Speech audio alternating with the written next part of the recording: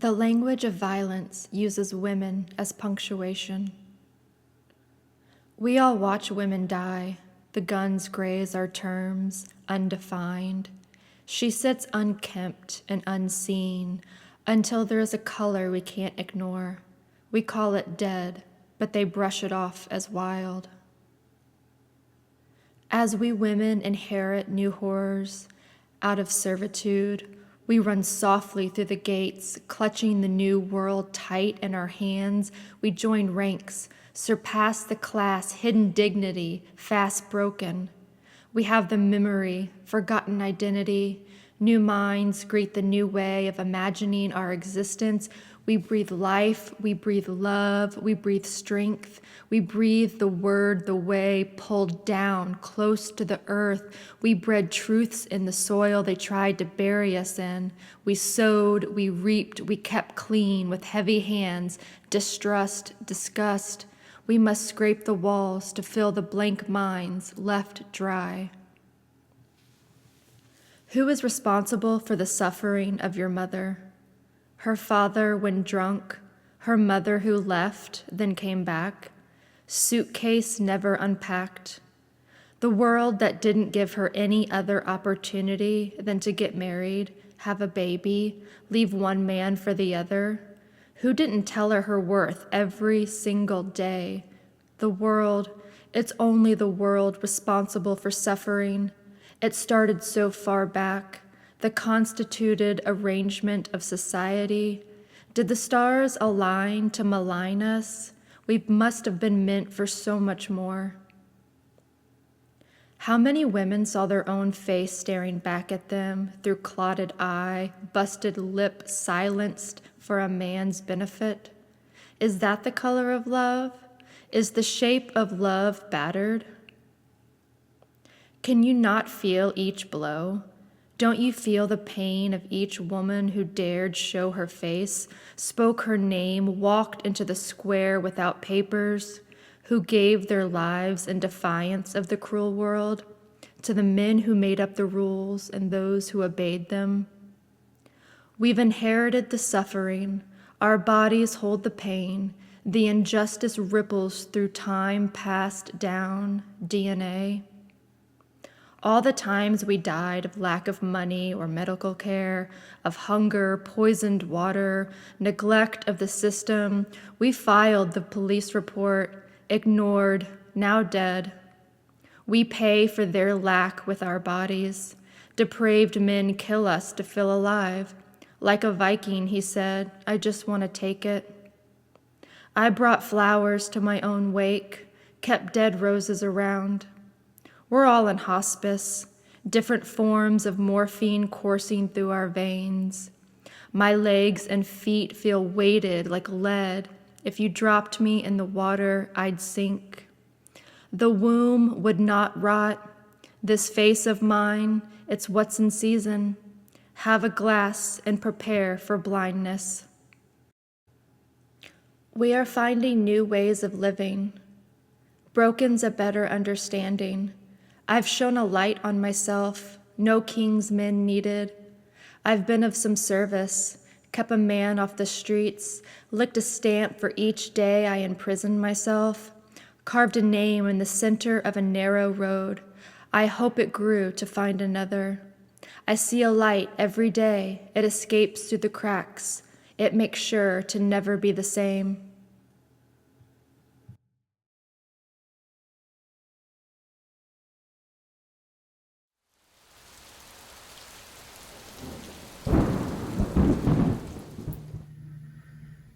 I have been selling my dreams, like single roses on a street corner. Something beautiful for pennies to make your lover smile. I cannot buy the beauty back with the coins at the bottom of my purse, so I scramble to spin a stronger dream web, one where every thought that sticks is mine to keep. I feed off of this false vision like prey. These dreams are not my own. This is the price of giving your treasure away once the gems become delusions. they are no longer yours to sell.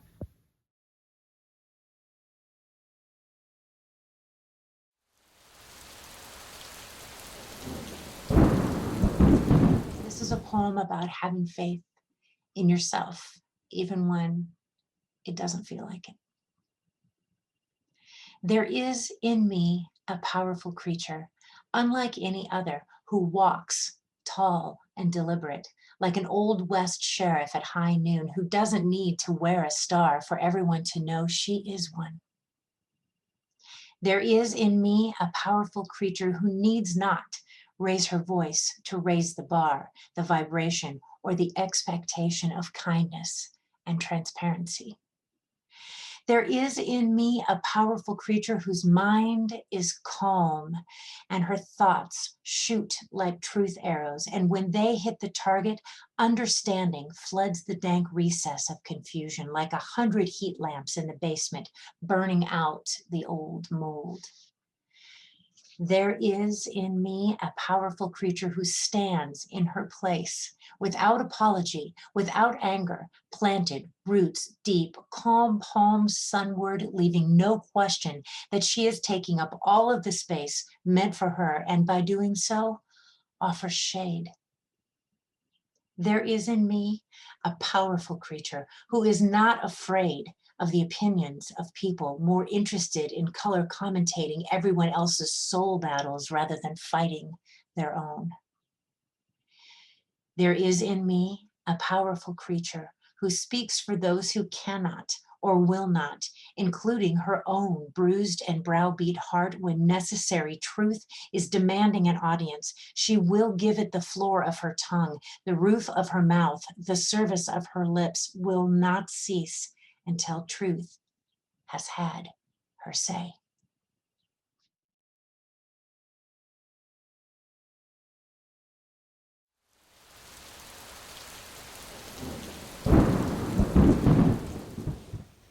I birthed 2 tornadoes, 2 vortexes of energy that have grown to consume the science of light and space and time.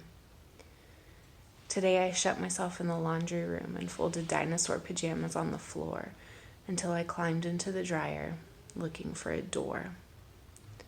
I fell through the back into a half-world where the scent of cool rain and tuberose softened the strain inside me until the tornadoes found me and, howling, pulled me back again. I climbed from one machine to the next, lowering myself into the drum of my washer and pulling the lid over my head until I could hear it latch.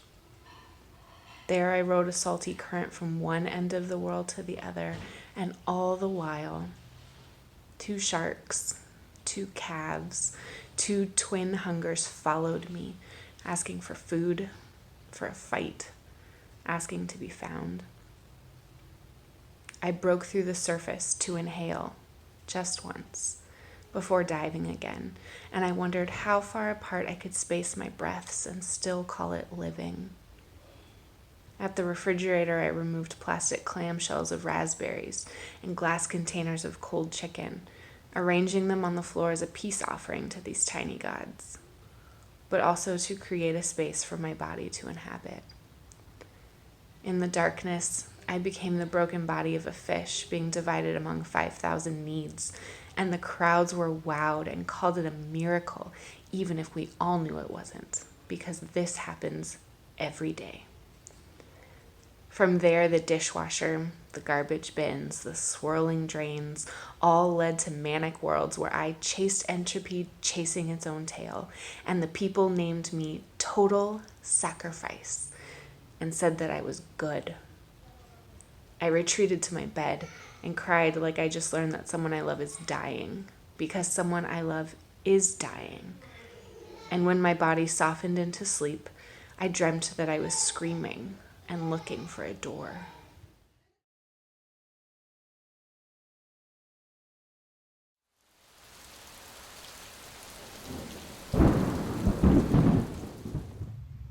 I should have said something. I should have filled that pregnant pause. She stood on our peeling linoleum kitchen floor in the fanciest shoes that old house had ever seen. She asked us if our dad had ever hurt us. She asked if our mom had ever hurt us. She asked if we were safe. She asked and asked and asked, and the silence stretched so long it was like she had never asked at all, so we never answered. We mostly just looked at her shoes. They were tan pumps. I wondered how she walked in those. When she started talking again, I watched her mouth move and went to some other place, but left my body there to pretend. She might as well have spoken another language. We'd never heard someone talk about the hidden things out in the open like this. She stood there in her straight skirt and told us without telling us that if we spoke up, they would take us away. The three of us girls stood mute. It's the silent kids they say you need to worry about. Someone really should have worried about us. We were in perfect unison in our silence. We didn't need to look at each other or talk before in order to come up with this plan. We were raised in that house. We just knew. Silence was safest. We saw her as another reason to be quiet. I have replayed this moment 1,000,000 times. I could have saved us from bouncing from homeless shelter to deflated air mattress in the corner of Grandma's basement, and back again and back again. I could have changed our world, but I was just 14. My voice hadn't come in yet. Speaking the truth was like trying to scream in a dream and only a whimper coming out. It could have all been different. Better? Worse? I'll never know. When she left, the screen door slammed behind her. Swallowed sobs filled my chest. I wanted to chase her and tell her to ask more questions until I could answer one. I wanted to, but I didn't. Instead, I shrugged and acted like the last rescue boat didn't just leave. This is when I learned how regret tastes. Dry and tight.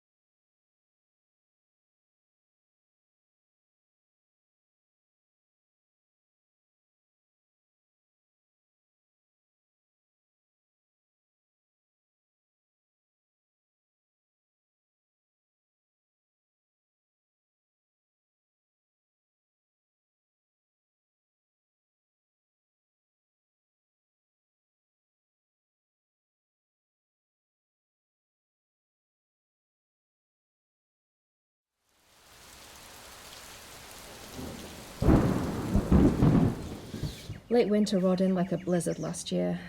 The squalls whipped snowflakes into a frenzy. We watched from the window as the world we once knew became unrecognizable. The three of us hunkered down, wrapping ourselves in a big grey blanket as soft as kitten tears. Those days we hibernated like squirrels, all three of us nestled together in one big bed. It felt like everything we knew had vanished, swept away by an avalanche. We slept for what seemed like days, emerging only for food and doctor's appointments. Friends left wine and snacks at our doorstep, and one kind soul helped make our home safe again.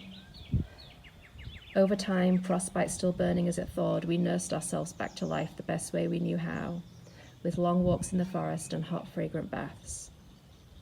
Come spring, relief blew in like a sweet breeze. We flung the windows wide open and let the air stir up the old dust. It danced in the light for a while before exiting to the east. The cavalry arrived, and the pantry was stocked, and finally I could breathe and sleep and feel everything, which was good and terrifying. And then one day, 400 days ago, the phone rang early in the morning, and 2 hours later, bags were packed, and we were driving to the airport to take my mum home, 2 pairs of glasses hiding matching red eyes. The next day, we went looking for Hope, and we found her on the shores of a glassy lake where a jaybird and a cardinal had waged battle the night before. A riot of indigo and rust was all that was left to tell the tale. We returned to our car with fistfuls of feathers to remind the day when we found colour, even when we thought it was dark. Another day that same week, the sun and I rose together. By noon, I was back in bed spent. The kids wandered into my room asking if I was okay, and all I could say was, I think so. I think so. They watched me carefully for a while after that. Summer finally arrived and the dandelions shed their wishes. We explored creeks and waterfalls, the kids swinging from vines into murky waters, laughing and splashing and forgetting that a virus was changing the world. One night, a field of fireflies flickered as my future and I sat till late at night, learning each other's stories inside out over Indian food and cans of cheap prose. We fell in love with one another and with our quiet, slow life that summer. Autumn took us to the prairie where I clapped as wild turkey crossed our paths. I clapped at the street corner too as a bus took the kids back to school 2 days a week. And we ate chili and baked pies, collected leaves and carved pumpkins, finding comfort in old rituals in a year when everything was new. Winter solstice nearly caught us by surprise almost a year after that storm. And on that day, the shortest day of the year, Jupiter and Saturn met at sunset. The boy and I went to watch their rendezvous, that same soft grey blanket cocooning us, hands sticky from a bag of old Starburst we found in the car door. And as the sky became inky and the stars came out to play, the planets converged but did not collide. And as my breath turned to vapor on that cold, calm night, I suddenly felt a single tear running down my face. As a boy rested his head against my shoulder, and I realized that somehow we had survived and thrived through it all.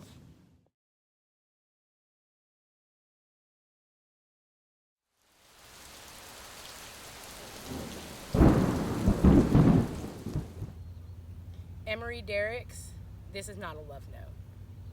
Hey, listen, I know you love me, okay? Everything that you're saying is nice and all, but I need you to understand something. This is not a love note. This is not a mushy love you till my dying day note. There will be no forever. There will be no till death do us part. No sappy love slogans here, and this shit ain't so serious that I'm finna do something crazy like cut off my own ear. No. This is just a note on how I like you right here, right now. This isn't about what you mean to my future. This is about what you mean to my present, about being means to my pleasure, the release to my pressure, about how right now my demons are tamed best when my head is on your chest, hearing the patter of your heart, feeling the deepness of your breath, your hand on my back, sleeping leg heavy across the rest. That's what this note suggests, that right here, right now, we are so wrapped and tangled, our exhale is short. I know I'm beautiful. Mountains are movable. Joy is ample. Right now, my body is a chapel, undestructible, uncompromising, unstoppable, and capable of right now. And we can keep going as long as you understand that this is not a love note. This is not a mushy love you till my dying day note. There will be no forever. There will be no till death do us part. No sappy love slogans here. And this is not so serious that I'm finna do something crazy like cut off my own ear. No. This is just a note on how I like you right here, right now. This note is a reminder of sorts that lazy lovers are left broke, broken, lost together, but alone. So right now, let's not be lazy. Right now, the world is ours. Let's choose to savor. Take this moment and devour like Eve with the apple, a buffet of great sample and taste. So let's not waste right now. I don't want to overthink, and I don't want this feeling to shrink. I will always take the leap, because right here, right now, we are the only ones around, the only ones blessed with right now. You can get twisted, just don't overdose on this lyrical princess, and remember that this is not a love note. It's not a mushy love you till my dying day note. There will be no forever. There will be no till death do us part. No sappy love slogans here, and it's not so serious that I'm finna do something crazy like cut off my own ear. No. This is just a note on how I like you right here, right now.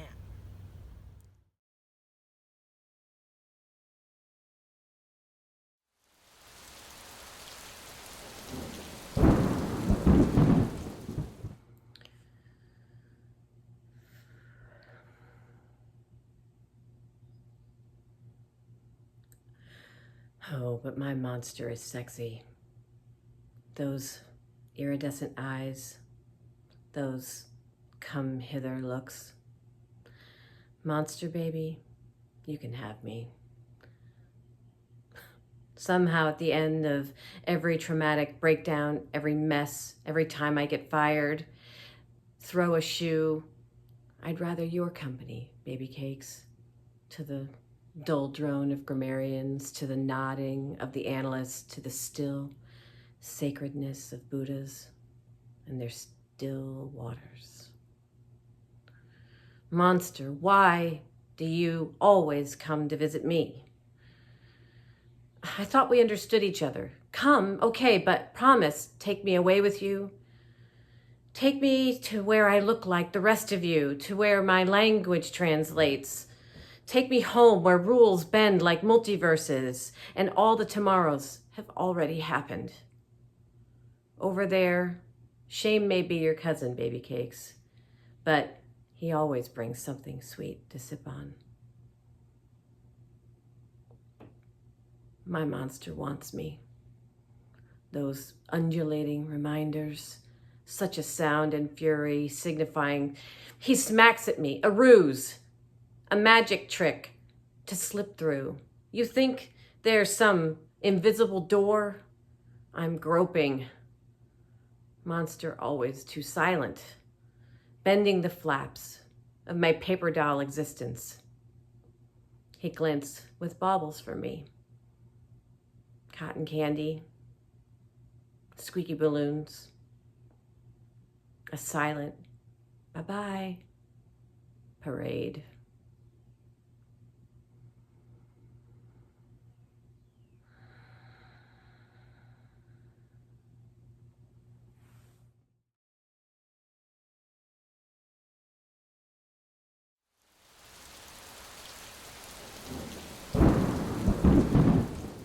Feelings of fellowship change as we change. A change that is a kind of death that you must choose. We move, we meet, we touch. Something, someone we've never seen.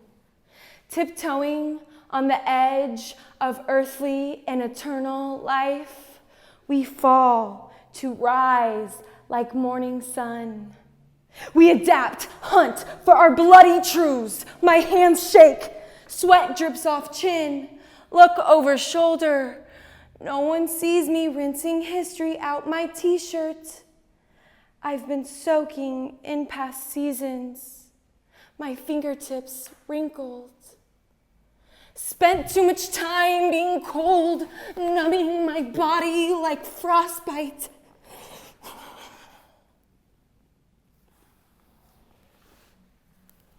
Winter to spring, I forgot how to shower. I watch from my window, future demanding attention, asking us to speak in open air. What is true isn't always fair. Bedtime rain will come to clean us with clarity. Our verity remains palpable. As earth, our mother, forms newness. In spirit, in song, we win, we lose, we die to return to her womb. I whisper to wind, when we leave, bury us without grief. Have our loved ones believe we are better together. We now begin again.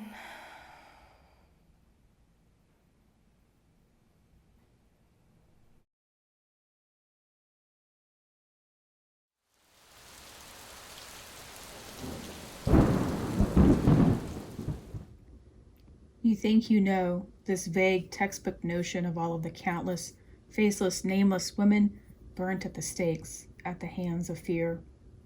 You will never know the untold times lost, unrecorded, unremembered, burnt for being different, burnt for being stubborn, burnt for not being tameable. All women know, in the deepest parts of their heart, the places where you learn of unspoken dangers. We all know that if they can't tame you or rape you, then they'll burn you. The natural, normal reaction is to fear the flames, fear the horrific pain, the hours of agony, the smell of your own flesh burning, the flesh they could not tame. I am here because of the women who have been lost to the flames. I feel their stories rising up in my bones, bringing the ghosts of the fire with them. We burn together, those women and I. We burn together, rising up over and over, voices rising up into banshee screams, and we will take it all back. We will burn. We will burn. We will burn with stories and secrets and power you can never hope to control.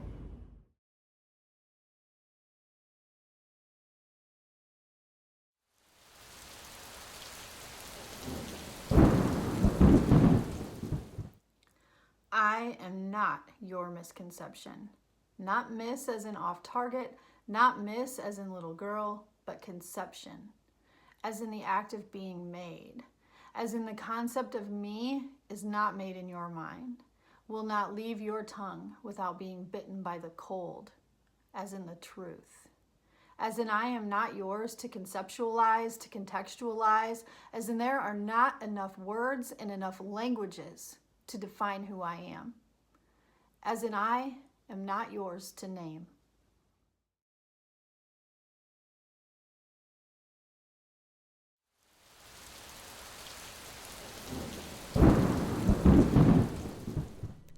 In the summer of 2018, a killer whale, given the name Tahlequah, gave birth to a calf in the Salish Sea.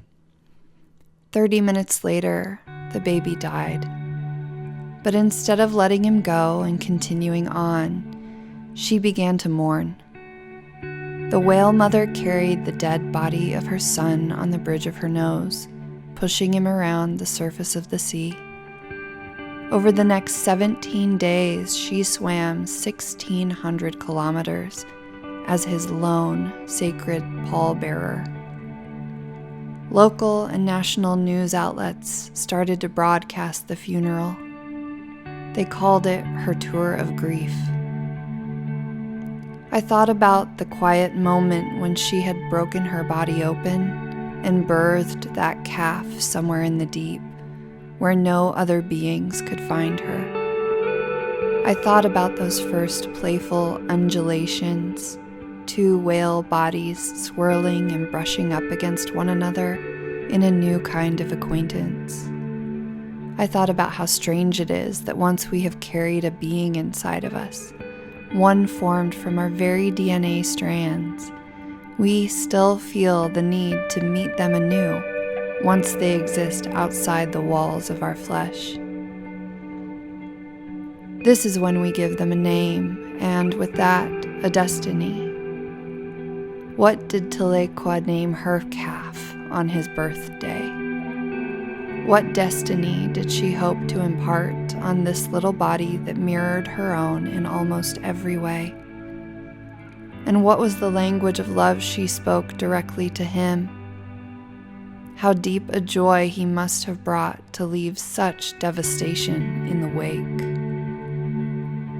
I wept reading about it, got my hands on every article and news story I could. I gripped on to all of the similarities of her knowing and my own.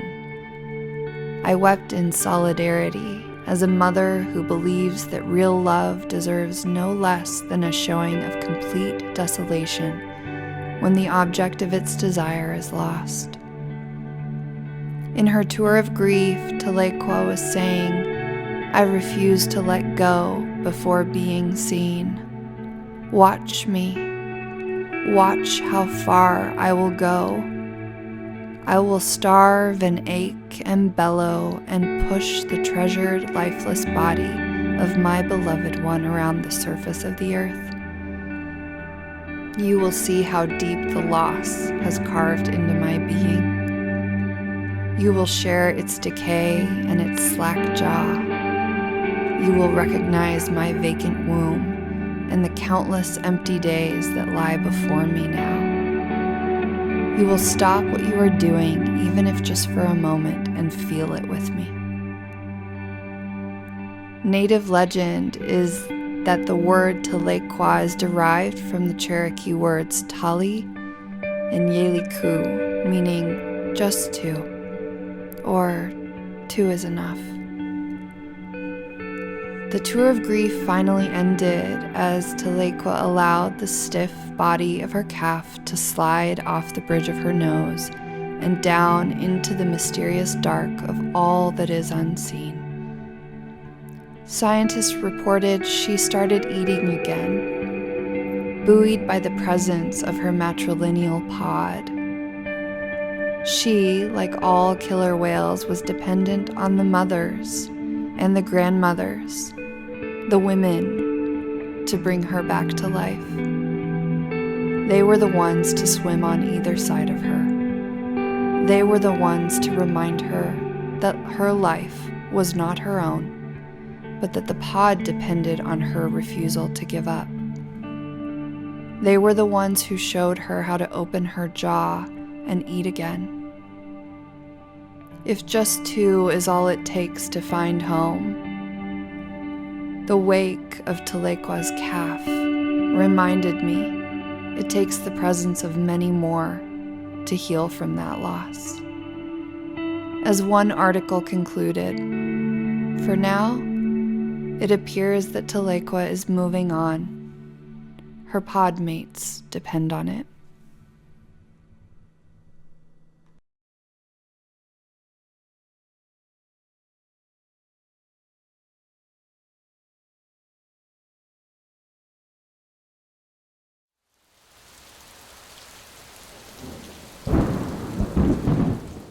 When they ask you about my life, I want you to tell them that I made something out of nothing.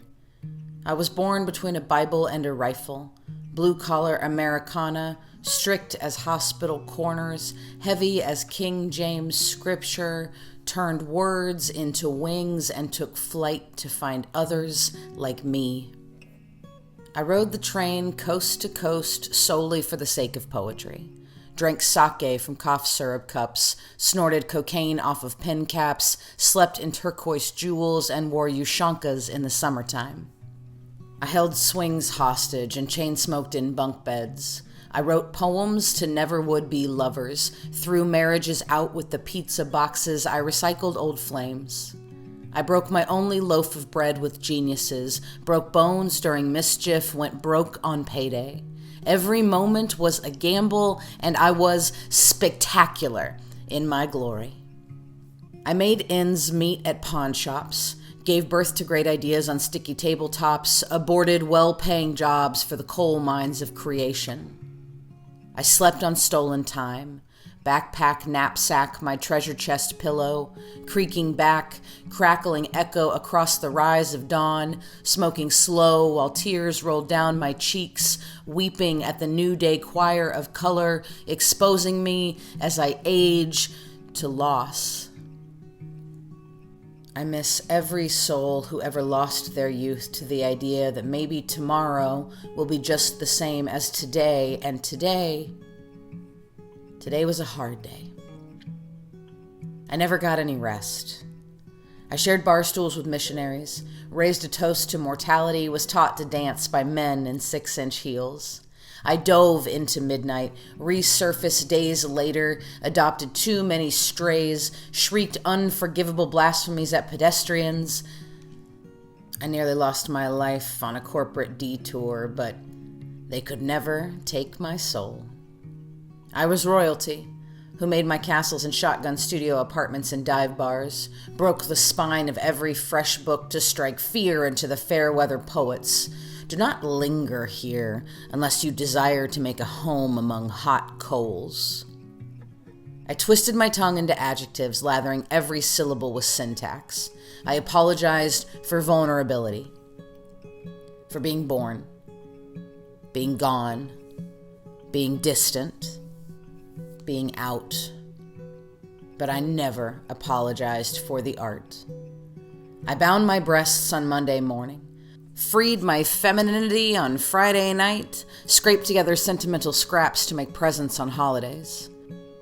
I rode bicycles and filed bankruptcy, ate chocolate in bed, fell in love in karaoke bars, made love in front of other people, grew homesick for cities I never visited but always dreamed of, dove palms first into both coasts' oceans in a week's time, twice looked up from a microphone to see 3,000 eyes, feared today as much as tomorrow, fought epic, merciless battles with partners whose names were tattooed down my arms.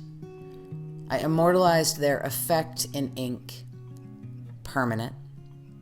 My hesitation was as negotiable as my hair color, but I could not afford to risk forgetting that at least once in my lifetime I had known profound, unconditional love. I took everything for granted. I doctored rejection letters with community gatherings, failure with forever trying again, addressed uncertainty with astrology. I sacrificed lunch hours for stanzas, exhausted my introvert with extrovert activities in hopes of finding relevance through publication. I blew my gas money on magic rocks and fine point pens, shared toothbrushes, suicidal thoughts, funeral pews, Christmas Eve, celebrated half birthdays, loathed matrimony, rituals, and obligation unless it came as a command in my dreams, and then, in gratitude to the muse, I obeyed unconditionally. When they ask you about my life, I want you to tell them I answered to an intuition that felt like a memory, a sense of urgency to make everything beautiful with the way of my words. I never intended to do any good. It was all a byproduct of chasing the whisper of a calling. Falling in infatuation with telling the truth gave others permission to tell theirs too. I wore all the colors and lived in all the worlds, and there were none I liked better than the ones where I was loved. Love was the best part about my life. There was nothing better, and really nothing else worth mentioning.